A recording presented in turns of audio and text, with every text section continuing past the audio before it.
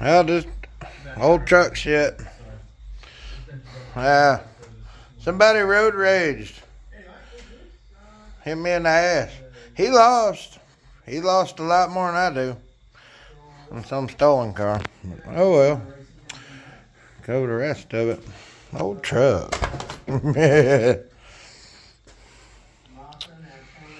Firethorn Red is the SEM color for this. Firethorn Red. Original dash.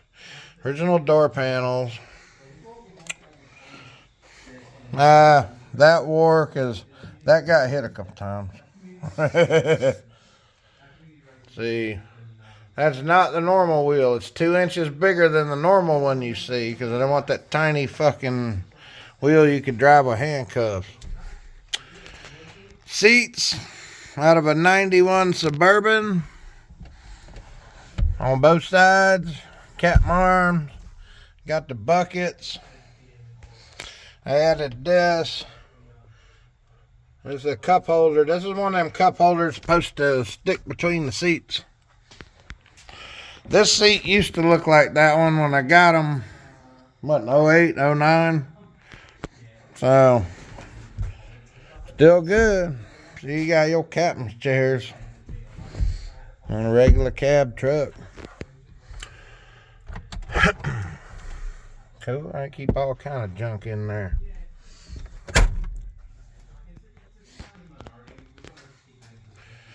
I got the cover because I got 2 big cracks now with the speaker grill. I don't want no more, so I bought that. I got that.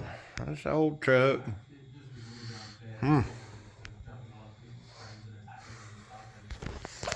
That is why I don't have rally wheels. But I don't like rally wheels anyway, so I would have something else. Ain't no 8-lug rally wheels. NOS front turn signal lights. See how the fender bows out and the light matches the bow? All the aftermarket ones bow the opposite direction. I can't stand that shit. And this yellow is the correct color, not orange. Not orange. Original, like brand new, no cracks, clear turn signals. The hella lights that I put in that other video, they don't look stock, but they look as close to stock as you're gonna get and have a cutoff like a modern car. NOS grill, NOS emblem. Back when I was building a truck, I got these 3 pieces off a truck for $15. They don't even have the dents and everything in them from a tailgater driving it. 15 bucks. Everything else. Let's see, the horns, the 2 horns, 2 horns. Cruise control, it functions.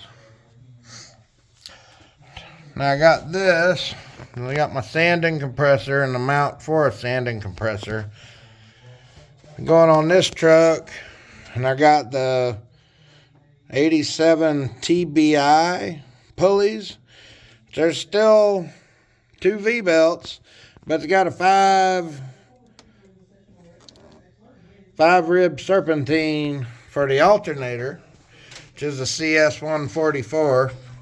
If you slot that hole and let the bracket turn just a little this way, the bigger alternator fits right in, no problem.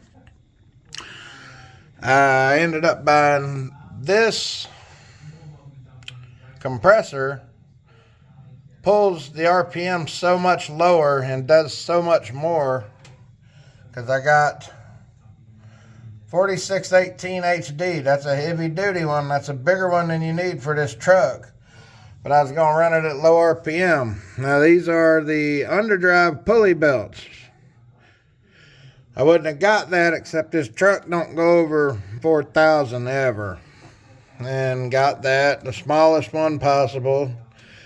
Never going to over rev it. But what I'd noticed I was having a problem with was this pulley in particular was so out around the stocker, the belts were jumping and squealing. So I mainly got those because they were smooth. Now the old Harrison air conditioner, the big pulley, when the AC kicked on, the engine at idle in drive would drop 300 RPM.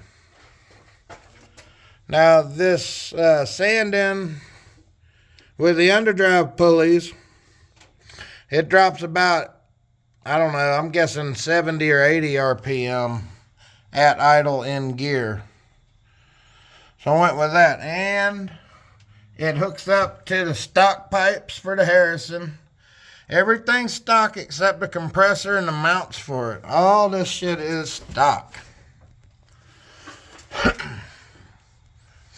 Same one, you had to have, I don't remember the rear cover, but there's one that hooks up just like that Harrison. So I got that. It moved them back a little. So this stock line was, about that much too short. So I put this filter in line because it made up like the inch I needed. Otherwise, everything's stock. All the way up. Hey. There you go. If I can find the stuff, I'll help you do something like that. Now, moving the belts out, see the couple washers, I had to space out the water or the power steering pump to line it up. You gotta align everything. You can't just slap this shit together and it's gonna work. You're gonna have a bad time. Now I figured out too on this hose. See, I got this piece of hose here. Without that, when the AC was running, this hose just shook and vibrated a hell of a lot. So I stuck that on there. Vibration gone, went away. That's stuff you're looking for. If you got a bad vibration on a hose,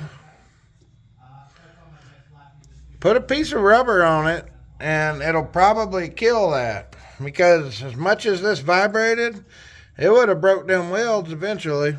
But now we fine. Now we good. And always buy Sandin brand. Don't buy cheap shit. This is the one I put on there. I don't remember the mounting kit I bought, but it works beautifully. There's 100 of them now. The belts, hell, I don't know what the belts are. I could find out if you just need to know, but I seriously doubt your application is going to be the same as mine. So, yeah, and the other thing, buy shitty fuel pumps all the time and have to replace them once a year. I don't know the number, I don't remember. I bought the nice Edelbrock. It was like $160. Rebuildable mechanical fuel pump. I bought that thing like 7 years ago. I ain't had a drop of problems out of it since. Not one. So, hardline. Be with that for an Edelbrock, you gotta have that 5.5 PSI. They're gonna put out 7 or 8. This is. So you gotta have, I think it's a Holly. But it goes to about 5.5 PSI. It don't matter which you choose, as long as once you choose, you stay consistent with your needles and rods and jet settings. So, done that. The other upgrade, this aluminum thing, get that. All the stock ones are shit. And every time you take them off, you have to file them flat. Eventually the outer edges get thin. This one, This one's been on for about 7 years. It hadn't leaked yet. That's oil. That's oil from back here blowing up on it. There ain't no antifreeze. So this one is one you can rotate it and then lock it down. I highly recommend that. You don't need it. It was pretty. It's pretty when it's clean, but it works. It functions. It ain't gonna leak in 2 years. It's orange stuff. Silicone vacuum hose. I buy that all I can. I don't like chasing vacuum leaks. That's just me.